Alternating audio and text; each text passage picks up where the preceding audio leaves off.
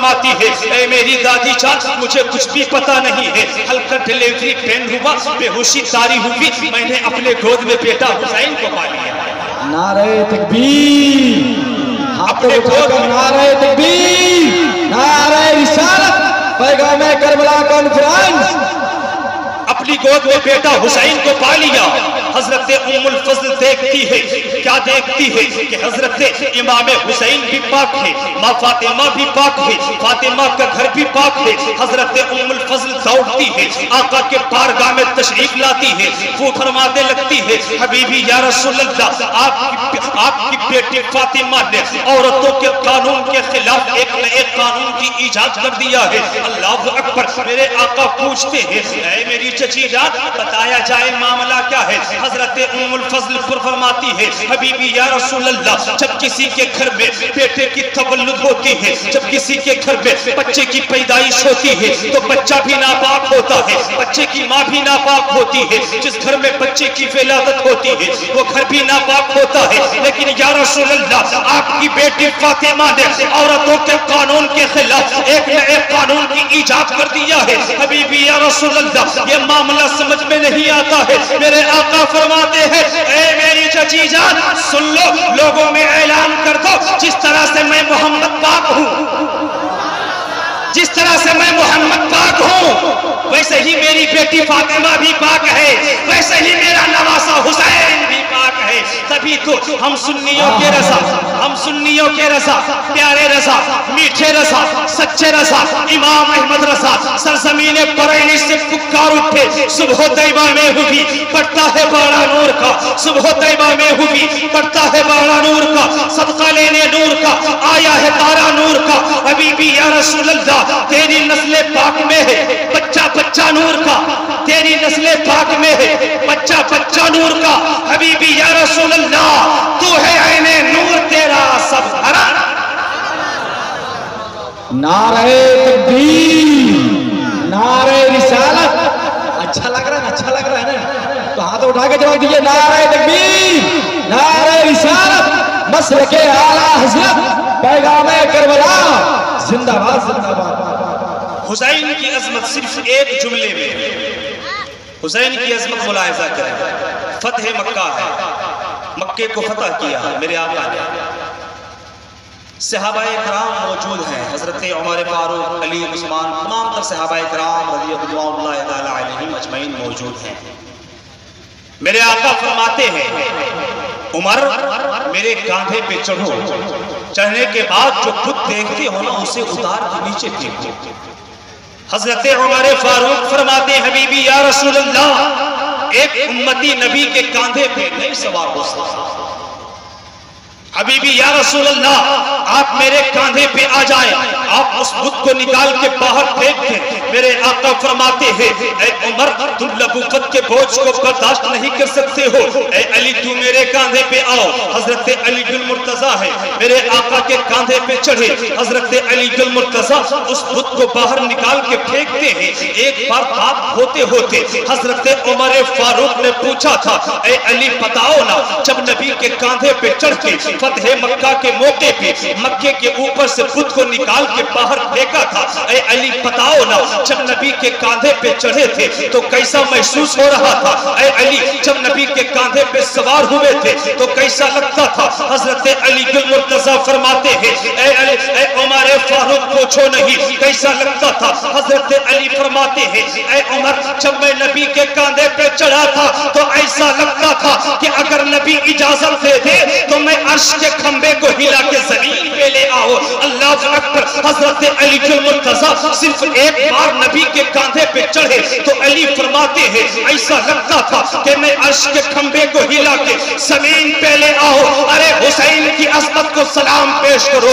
حسین وہ ہے جو حسین وہ ہے کہ حسین اپنے نانا کے کاندھے پہ ایک بار نہیں بلکہ بار بار چڑھا کرتے تھے۔ اس حسین کی عظمت کا عالم کیا ہوگا؟ اس حسین کی رفعت کا عالم کیا ہوگا؟ میرے دوستو حسین کی عظمت اگر کوئی بیان کرنا چاہے تو بیان نہیں کر سکتا۔ میں نے آپ سے پہلے ہی کہا تھا کہ یہ تقریر کرنے کا اب وقت نہیں بچ چکا ہے، تکرار کرنے کا وقت ہے۔ میں چاہتا ہوں کہ میں نے جس موضوع پہ جس ٹاپک پہ بات کرنے کا آپ سے عہد لیا ہے وعدہ کیا ہے انشاءاللہ العزیز میں اسی پہ آ رہا ہوں. آپ حضرات سنیں گے بھائی سنیں گے اپنے دونوں ہاتھوں کو اٹھائیں بولے یا حسین. 10ویں محرم ہے اگر میں چاہوں تو حضرت امام حسین کی شہادت بیان کر سکتا ہوں. اگر میں چاہوں تو عباس علم بردار کا بازو کیسے کاٹا گیا اس پہ بھی گفتگو کر سکتا ہوں. اگر چاہوں تو قاسم کی جوانی کیسے لوٹی اس پہ بھی بات کر سکتا ہوں. لیکن آؤ 10ویں محرم کے بعد حسین کی شہادت ہونے کے بعد کی باتیں ملاحظہ کرو. حضرت امام حسین کی شہادت ہوتی ہے لیکن امام حسین کی شہادت کے بعد جو ہی 10ویں محرم ختم ہوتا ہے 11ویں کی شام آتی ہے جس شام کو شام غریبہ کہا جاتا ہے جس شام کو شام کربلا کہا جاتا ہے. اللہ اکبر. حسین کے گھر والے صرف 14 افراد میدان کربلا میں بچے ہوئے ہیں. کون کون ہے؟ حضرت زینب کبریٰ امام حسین کی بہن ہے. حضرت امام حسین کی بیٹی 5 سال کی بیٹی سکینہ ہے. امام حسین کی بیوی شہربانو ہے. شہربانو کی کنیز ہے. ام رباب ہے. بیمار زین العابدین ہے. کل 14 افراد امام حسین کے گھر والے میدان کربلا میں ہے. 10ویں محرم کی شام ہوتی ہے. اللہ اکبر. یزیدیوں نے میدان کربلا خالی کر دیا. رات کا سناٹا ہے. رات کی بدلی چھائی جاتی ہے. رات کا سناٹا میدان کربلا میں ہو جاتا ہے. حضرت زینب کبریٰ سوچنے پہ مجبور ہو جاتی ہے کہ اب ہمارے قافلے میں کوئی عباس علم بردار بھی نہیں ہے. اب ہمارے قافلے میں کوئی علی اکبر بھی نہیں ہے. اب ہمارے قافلے میں کوئی قاسم جیسا نوجوان بھی نہیں ہے. اب ہمارے قافلے میں کوئی حسین بھی نہیں ہے. اب ہمارے قافلے کی پہراداری کون کرے گا؟ اب ہمارے قافلے کی حفاظت کون کرے گا؟ اللہ اکبر. حضرت زینب کبریٰ سوچنے لگتی ہے محسوس کرتی ہے کہ اب ہمارے درمیان تو کوئی نہیں ہے. اب ہمارے قافلے کی پہراداری کون کرے گا؟ حضرت زینب کبریٰ خود کو تیار کرتی ہے. ایک چھوٹی سی تلوار اٹھاتی ہے. ایک ٹوٹی ہوئی تلوار اٹھاتی ہے اپنے ہاتھوں میں. حضرت زینب کبریٰ اس خنجر کو اٹھانے کے بعد اپنے قافلے کی پہراداری کرنے لگتی ہے. اے سرزمین ارگ و باد کے خوش عقیدہ سنی چیالے مسلمانوں آپ چاہو تو زینب کبریٰ سے پوچھ سکتے ہو. زینب کبریٰ سے سوال کر سکتے ہو. اے زینب کبریٰ اے حسین کی بہن اے فاطمہ کی بیٹی او علی کی لخت شکر ارے آپ نے دیکھ لیا نا میدان کربلا میں حسین کے ہاتھ میں بھی تلوار تھی. علی اکبر کے ہاتھ میں تلوار تھی. قاسم کے ہاتھ میں تلوار تھی. حسین کے ہاتھ میں تلوار تھی. مگر حسین کا انجام دیکھ لیا. علی اکبر کا انجام دیکھ لیا. علی اصغر کا انجام دیکھ لیا. اے حسین کی بہن زینب تیرے ہاتھ میں تو بڑھیا تلوار بھی نہیں ہے. اے حسین کی بہن زینب تیرے ہاتھ میں تو اچھی تلوار بھی نہیں ہے. تیرے ہاتھ میں ٹوٹا ہوا خنجر ہے. اس ٹوٹے ہوئے خنجر سے تو کیا کر لے گی؟ اگر آپ اتنا سوال کرو گے تو حضرت زینب کبریٰ پکار اٹھے گی او میرے نانا جان کے کلمہ پڑھنے والوں ارے سنو میرے ہاتھ میں ٹوٹا ہوا خنجر ہے تو رہنے دو. میرے ہاتھ میں ٹوٹی ہوئی تلوار ہے تو کیا ہوا؟ ابھی زینب کا حوصلہ نہیں ٹوٹا ہے. ابھی زینب کا حوصلہ نہیں. حضرت زینب کبریٰ ہے قافلے کی پہراداری کر رہی. محسوس کریں 11ویں محرم کی رات ہے. 10ویں محرم کا دن ختم ہو چکا ہے. حضرت زینب کبریٰ اپنے قافلے کی پہراداری کر رہی ہے. حضرت زینب کبریٰ سوچتی ہے کہ میرے بچے 3 دن سے بھوکے ہیں. میرے بچے 3 دن سے پیاسے ہیں. ان بچوں کو کھلانا پڑے گا. ان بچوں کو سلانا پڑے گا. اگر یہ بچے سوئے نہیں تو ان بچوں کی طبیعت بگڑ سکتی ہے. اگر یہ بچے سوئے نہیں تو ان بچوں کی طبیعت قلیل ہو سکتی ہے. حضرت زینب کبریٰ اپنے گھر کے بچوں کو لوریاں دیتی ہے. سلانے کی کوشش کرتی ہے. اللہ اکبر. حضرت زینب کبریٰ اپنے قافلے کی پہراداری کر رہی ہے. حضرت زینب کبریٰ کیا دیکھتی ہے کہ کسی کے رونے کی آواز آ رہی ہے. کوئی سسک سسک کے رو رہا ہے. کسی کا کلیجہ پھٹ رہا ہے. کوئی کراہ کراہ کے رو رہا ہے. کسی کے رونے میں بڑا درد ہے. اللہ اکبر. حضرت زینب کبریٰ سوچتی ہے پتہ نہیں کون رو رہا ہے. چلو چل کے قافلے کو دیکھ لیا جائے. حضرت زینب کبریٰ حسین کی بہن جاتی ہے. دیکھتی کیا ہے کہ قافلے میں تمام لوگ موجود ہیں مگر حسین کی بیٹی 5 سال کی سکینہ موجود نہیں ہے. حسین کی بیٹی 5 سال کی سکینہ قافلے میں موجود نہیں ہے.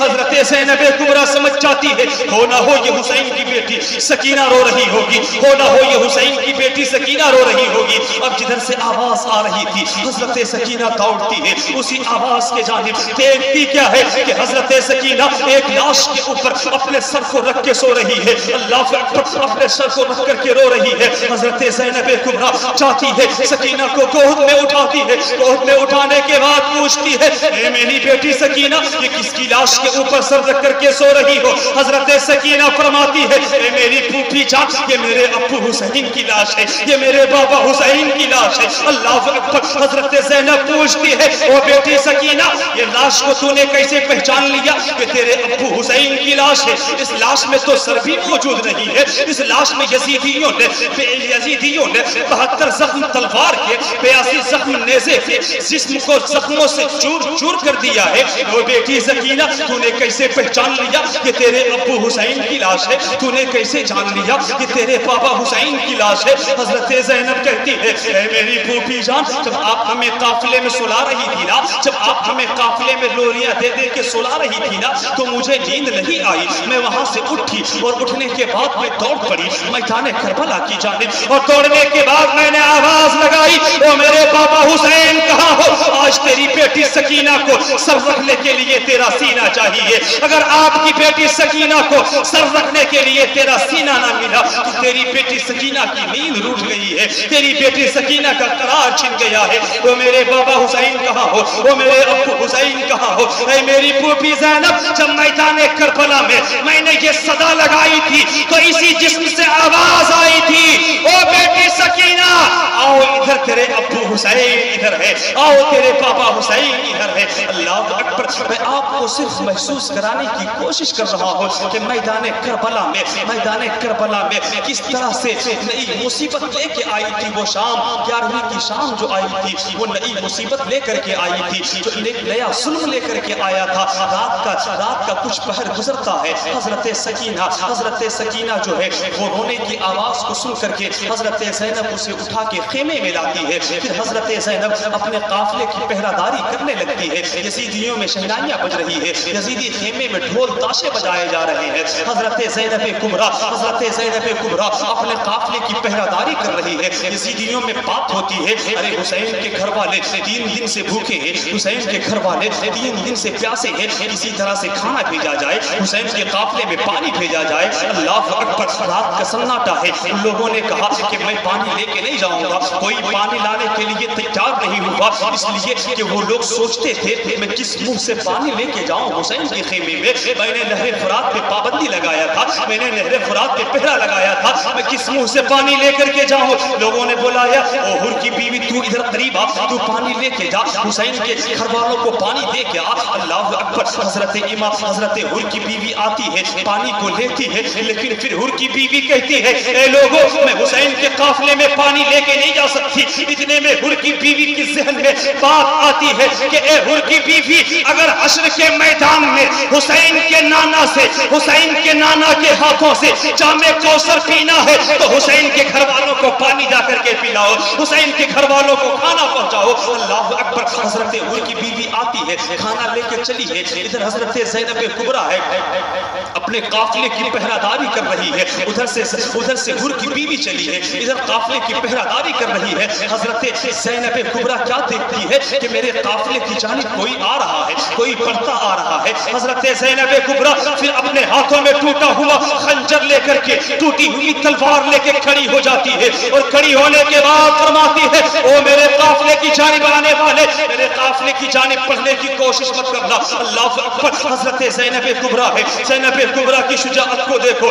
زینب کبریٰ کی بہادری کو دیکھو. حضرت زینب کبریٰ فرماتی ہے او میرے قافلے کی جانب آنے والے ہرگز میرے قافلے کے قریب مت آنا. میں نے بچوں کو بڑی دقتوں سے سلائی ہے, میں نے بچوں کو بڑی پریشانیوں کے بعد سلائی ہے. اگر یہ بچے جگ گئے تو قیامت آ جائے گی, ان بچوں کو جگانا مت. اللہ اکبر. وہ قاب آنے والا رکتا نہیں ہے. آج آنے والے نے اچانک اپنے چہرے سے نقاب کو ہٹایا ہے. حضرت حر کی بیوی کہتی ہے او بہن زینب میں کوئی